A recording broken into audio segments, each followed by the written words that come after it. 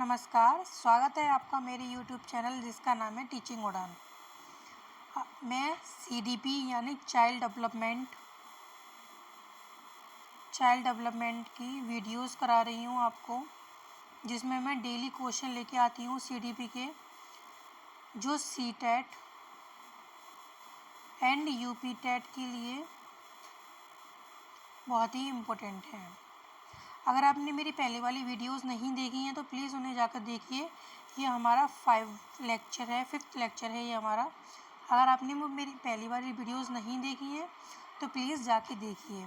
और अगर मेरे चैनल पर अगर आप नए हैं तो प्लीज़ मेरे चैनल को सब्सक्राइब कीजिए और वीडियो को प्लीज़ लास्ट तक देखिएगा, ताकि आप लोगों को समझ में आए पूरी वीडियो और क्वेश्चंस किस तरह से करने हैं वो चीज़ समझ में आए, जिसके नेगेटिव पॉइंट और पॉजिटिव पॉइंट भी समझ में आए। चलिए स्टार्ट करते हैं आज की वीडियो।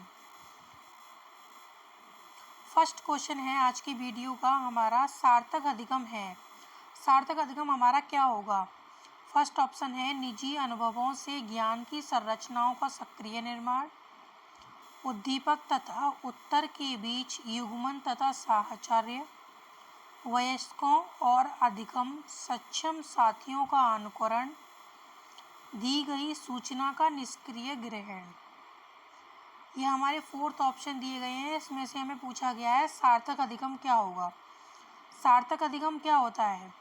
सार्थक अधिगम होता है जिसमें बालक क्या करता है, सक्रिय होकर स्वयं सीखता है। क्या करता है वो?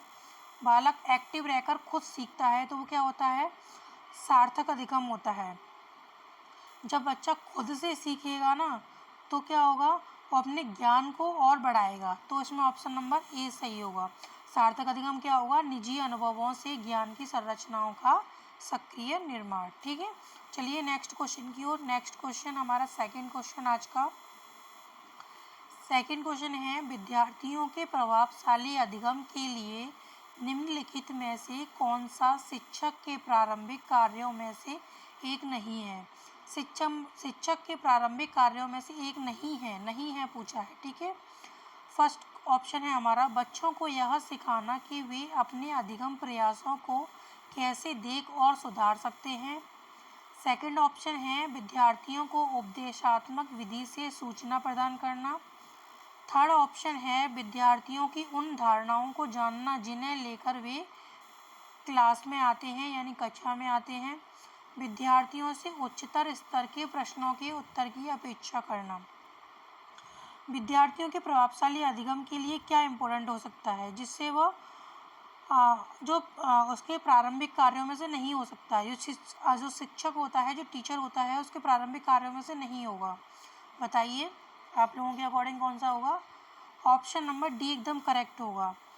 शिक्षार्थी अपने अधिगम प्रयासों को भी देखेगा कि वो अच्छी तरह पढ़ा रहा है नहीं पढ़ा रहा है, उसकी विधियाँ देखेगा, कैसे कौन सी विधि कौन से तरह से पढ़ाई जानी चाहिए, कौन सी विधि लगानी चाहिए। उपदेशात्मक विधि से सूचना भी प्रदान कर सकता है वो, उन अवधारणाओं को जानना भी, जिससे मतलब जो थॉट्स उनके, जो स्टूडेंट होते हैं उनके जो थॉट्स होते हैं उनके माइंड में जो आते हैं उनको जानना, कि जो क्लास में लेकर आते हैं उनको जानना। जो विद्यार्थी होते हैं उनके उच्चतर स्तर के प्रश्नों की उपेक्षा नहीं की जा सकती है। अभी अगर बच्चा छोटा है तो उसमें उच्चतर स्तर के प्रश्नों की उपेक्षा नहीं कर सकते हैं। विद्यार्थियों में इससे हीनता आती है, मतलब उससे फिर उनको डिमोटिवेट होते हैं बच्चे, जो शिक्षण अधिगम प्रक्रिया को क्या करते हैं, बाधित करते हैं, मतलब रोक देते हैं। ठीक है, चलिए नेक्स्ट क्वेश्चन की ओर। नेक्स्ट क्वेश्चन है हमारा 13 क्वेश्चन है, विकास के सिद्धांतों के बारे में निम्नलिखित में से कौन सा कथन गलत है? विकास का कौन सा सिद्धांत जो है वो गलत है इनमें से? ऑप्शन नंबर ए है हमारा, विकास एक परिमाणात्मक क्रिया है जिसका ठीक मापन हो सकता है। बी ऑप्शन है, विकास परिपक्वन और अधिगम पर आधारित होता है। सी ऑप्शन है, विकास वंशानुगतता और वातावरण के बीच सतत अन्योन्य क्रिया से होता है। डी ऑप्शन है, प्रत्येक बच्चा विकास के चरणों से गुजरता है फिर भी बच्चों में व्यक्तिगत भिन्नताएं होती हैं। इसमें से हमें गलत ऑप्शन बताना है। विकास क्या होता है? परिपक्वन पर भी आधारित होता है, और किस पर आधारित होता है, अधिगम पर भी आधारित होता है। और किस पर होता है, जो क्रिया होती है वो किस किस किस बीच में होती है, वंशानुगत और वातावरण के बीच में होती है। जो हमारे ये ऑप्शन बिल्कुल सही है। और विकास, और जो बच्चा होता है विकास के चरणों से गुजरता है, फिर भी बच्चों में व्यक्तिगत भिन्नताएं होती हैं। आप सबको पता है कि सारे बच्चे एक जैसे नहीं होते हैं, तो ये ऑप्शन भी अपना बिल्कुल सही है। तो जो ऑप्शन सही थे वो गलत हो जाएंगे, जो गलत था वो सही हो जाएगा। ठीक है। विकास का अर्थ क्या होता है, जो व्यापक अर्थ होता है विकास का क्या होता है, वो होता है उसमें शारीरिक विकास के साथ साथ क्या होना चाहिए, उसमें बौद्धिक विकास होना चाहिए, सामाजिक विकास होना चाहिए, संवेगात्मक विकास होना चाहिए, और कौन कौन से विकास होने चाहिए, उसमें नैतिक विकास भी होने चाहिए। विकास के परिवर्तनों को सिर्फ देखा जा सकता है, जैसे कि आंतरिक परिवर्तन होते हैं जो, और उसकी योग्यता होती है, उनको क्या कर सकते हैं, ओनली हम देख सकते हैं, उनको मापन नहीं कर सकते। जो विकास होता है वो गुणात्मक परिवर्तन होता है। विकास कैसा परिवर्तन होता है, ये क्वेश्चन पूछा जाता है। विकास जो परिवर्तन होता है वो कैसा होता है, वो होता है गुणात्मक। कैसा परिवर्तन होता है, गुणात्मक परिवर्तन होता है। ठीक है। चलिए नेक्स्ट क्वेश्चन की ओर। नेक्स्ट क्वेश्चन है हमारा 14 क्वेश्चन। 14 क्वेश्चन है, डैश तथा डैश की विशिष्ट अन्योन्य क्रिया का परिणाम विकास के विविध मार्गों और निष्कर्षों के रूप में हो सकता है। जो मैंने भी क्वेश्चन आपको अभी कराया है वो वाला, जिसमें ऑप्शन में आंसर आया था इसका, अन्योन्य क्रिया किस किस के बीच में हो रही थी, का परिणाम विकास के विविध मार्गों और निष्कर्षों के रूप में हो सकता है। किस किस का था, खोज और पोषण। बी ऑप्शन है चुनौतियां सीमाएं, वंशानुक्रम, पर्यावरण और स्थिरता परिवर्तन। तो ऑप्शन सी सही होगा, क्योंकि जो विकास होता है वो किसके बीच अन्योन्य क्रिया का उदाहरण है, वंशानुक्रम और पर्यावरण। जो बालक का जो संपूर्ण व्यवहार होता है वो क्या होता है, संपूर्ण व्यवहार की जो पुष्टि होती है वो किससे होती है, वंशानुक्रम और वातावरण या पर्यावरण की क्रिया के द्वारा होती है। ठीक है। चलिए नेक्स्ट क्वेश्चन की ओर आगे बढ़ते हैं। नेक्स्ट क्वेश्चन है हमारा, विद्यालय और सामाजिकरण के बारे में निम्नलिखित में से क्या सत्य है। ए ऑप्शन है विद्यालय सामाजिकरण का पहला मुख्य कारक है। बी ऑप्शन है विद्यालय सामाजिकरण का एक महत्वपूर्ण कारक है। सामाजिकरण में विद्यालय की कोई भूमिका नहीं होती है। डी ऑप्शन है सामाजिकरण में विद्यालय की थोड़ी बहुत भूमिका होती है। तो इसमें कौन सा ऑप्शन सही है, जो विद्यालय होता है वो क्या होता है, विद्यालय सामाजिकरण का क्या होता है, एक महत्वपूर्ण कारक होता है। क्योंकि जो बच्चा जाता है वो विद्यालय में जाता है,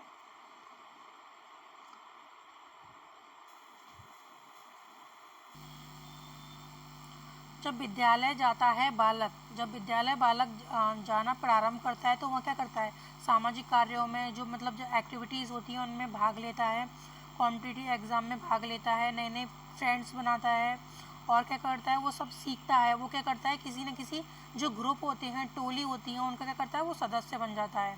तो इसमें क्या आते हैं, जो सामाजिकरण के जो गुण आते हैं वो विद्यालय से ही आते हैं। तो इसमें कौन सा ऑप्शन सही होगा, इसमें बी ऑप्शन सही होगा, विद्यालय सामाजिकरण का एक महत्वपूर्ण कारक है। ठीक है।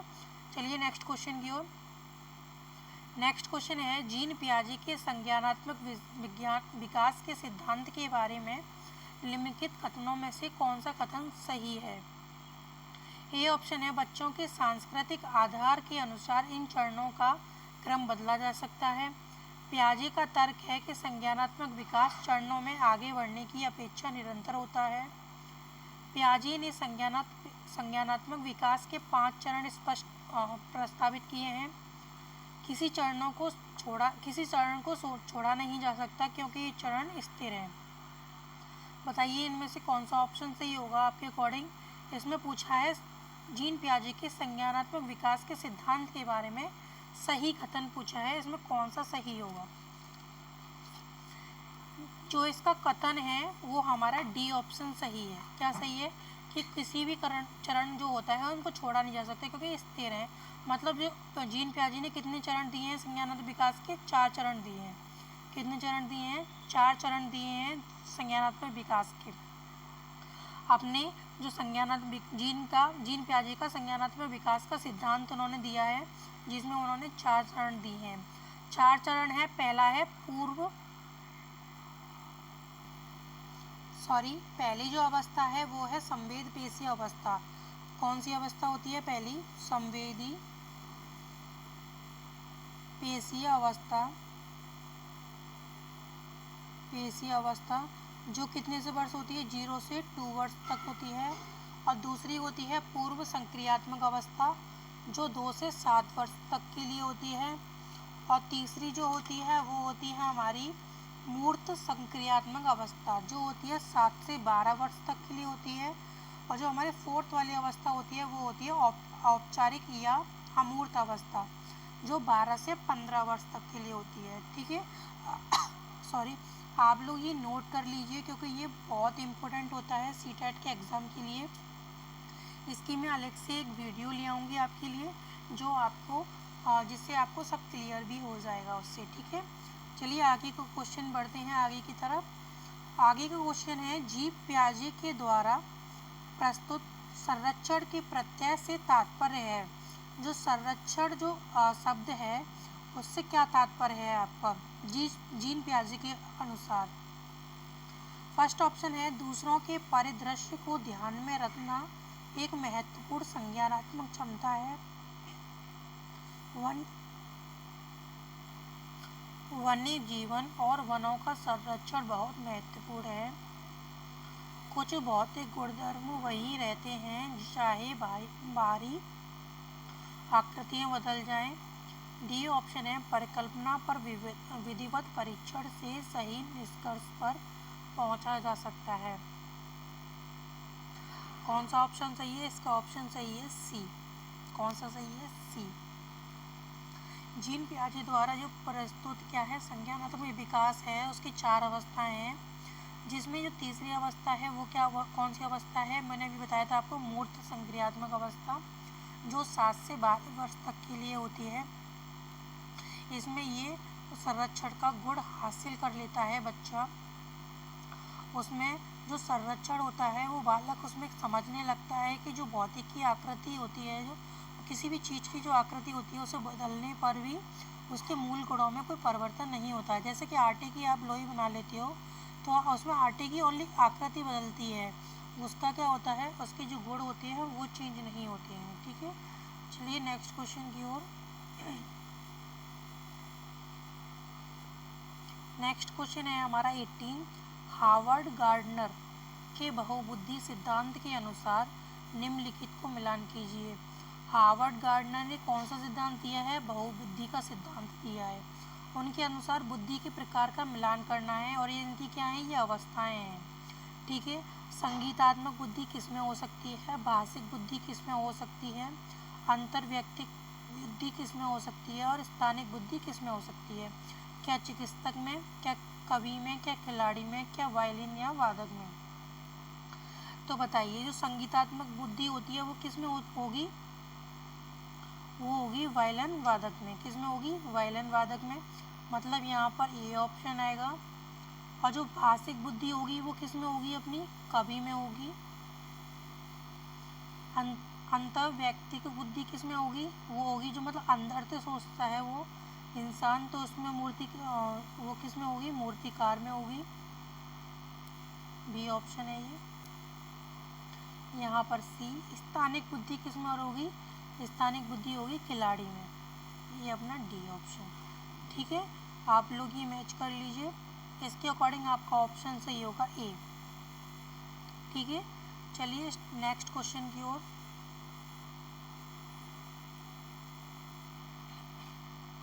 नेक्स्ट क्वेश्चन है लेव वाइगोत्स्की के अनुसार। फर्स्ट ऑप्शन है बच्चे भाषा अर्जन की एक युक्ति से कोई भाषा सीखते हैं। बी ऑप्शन है वयस्कों और साथियों से अन्योन्य क्रिया करने का भाषा के विकास में कोई प्रभाव नहीं पड़ता है। भाषिक विकास मानव चिंतन के स्वभाव को बदल देता है। भाषिक विकास में संस्कृति की भूमिका बहुत कम होती है। जो भाषिक विकास होता है वो क्या करता है, मानव जो चिंतन का स्वभाव होता है उसका कर देता है, बिल्कुल चेंज कर देता है। तो उसका ऑप्शन नंबर कौन सा सही है, सी ऑप्शन सही है। जो वाइगोत्स्की हैं उनके अनुसार क्या है, भाषा समाज द्वारा किया गया होता है। जो भाषा होती है वो किसके द्वारा आती है, समाज के द्वारा आती है। जो लेव वाइगोत्स्की आपको जहाँ मिल जाए वहाँ के ऑप्शन अगर आपको ऑप्शन में समाज दिख जाए तो वही आपका ये ट्रिक है कि आपको समाज वाले ऑप्शन पर टिक करना है। 99% आपका ये वाला ऑप्शन सही होता है, ठीक है। जो बालक के विकास में क्या होती है, महत्वपूर्ण होती है, क्योंकि भाषा का जो विकास होता है मानव चिंतन के स्वभाव को क्या कर देता है, बिल्कुल चेंज कर देता है, ठीक है। चलिए नेक्स्ट क्वेश्चन की ओर। नेक्स्ट क्वेश्चन है आज की वीडियो का लास्ट क्वेश्चन है हमारा। लॉरेंस कोहलबर्ग के नैतिक तर्क के सिद्धांत। कोहलबर्ग ने कौन सा दिया है, नैतिक तर्क का सिद्धांत दिया है कि अनेक बातों के लिए आलोचना की जाती है। जो इन्होंने सिद्धांत दिया है उसकी आलोचना की जाती है, क्यों की जाती है, इस आलोचना के संदर्भ में निम्नलिखित में से कौन सा कथन सही है, ये पूछा है इसमें, ठीक है। ऑप्शन नंबर ए है, कोहलबर्ग ने अपने अध्ययन को मूलतः पुरुषों के नमूने पर आधारित रखा है। कोहलबर्ग ने नैतिक तर्क के प्रत्येक सोपान के लिए विशेष उत्तर नहीं दिया है। ऑप्शन नंबर सी है, अपनी सैद्धांतिक रूपरेखा पर पहुंचने के लिए कोहलबर्ग ने पियाजे के सिद्धांतों को दोहराया है। डी ऑप्शन है, कोहलबर्ग का सिद्धांत बच्चों के प्रत्युत्तरों पर ध्यान केंद्रित नहीं करता है। इसका ऑप्शन नंबर क्या सही है, और उसका ऑप्शन नंबर सी सही है, क्योंकि इसने पियाजे के सिद्धांतों को ही दोहराया है वापस। जो कोहलबर्ग का नैतिक विकास का जो सिद्धांत है उसने उसकी जो आलोचना होती रहती है, क्योंकि उन्होंने संज्ञानात्मक विकास, जो जीन पियाजे का संज्ञानात्मक विकास का सिद्धांत है उसको दोहरा दिया है, ठीक है। चलिए आज की वीडियो में यही समाप्त कर रही हूँ। आज की वीडियो अगर आपने मेरी पूरी देखी है तो उसके लिए बहुत बहुत धन्यवाद, और अपने दोस्तों में शेयर करती रहिए और अपना अच्छी तरह पढ़ाई करती रहिए। Thank you.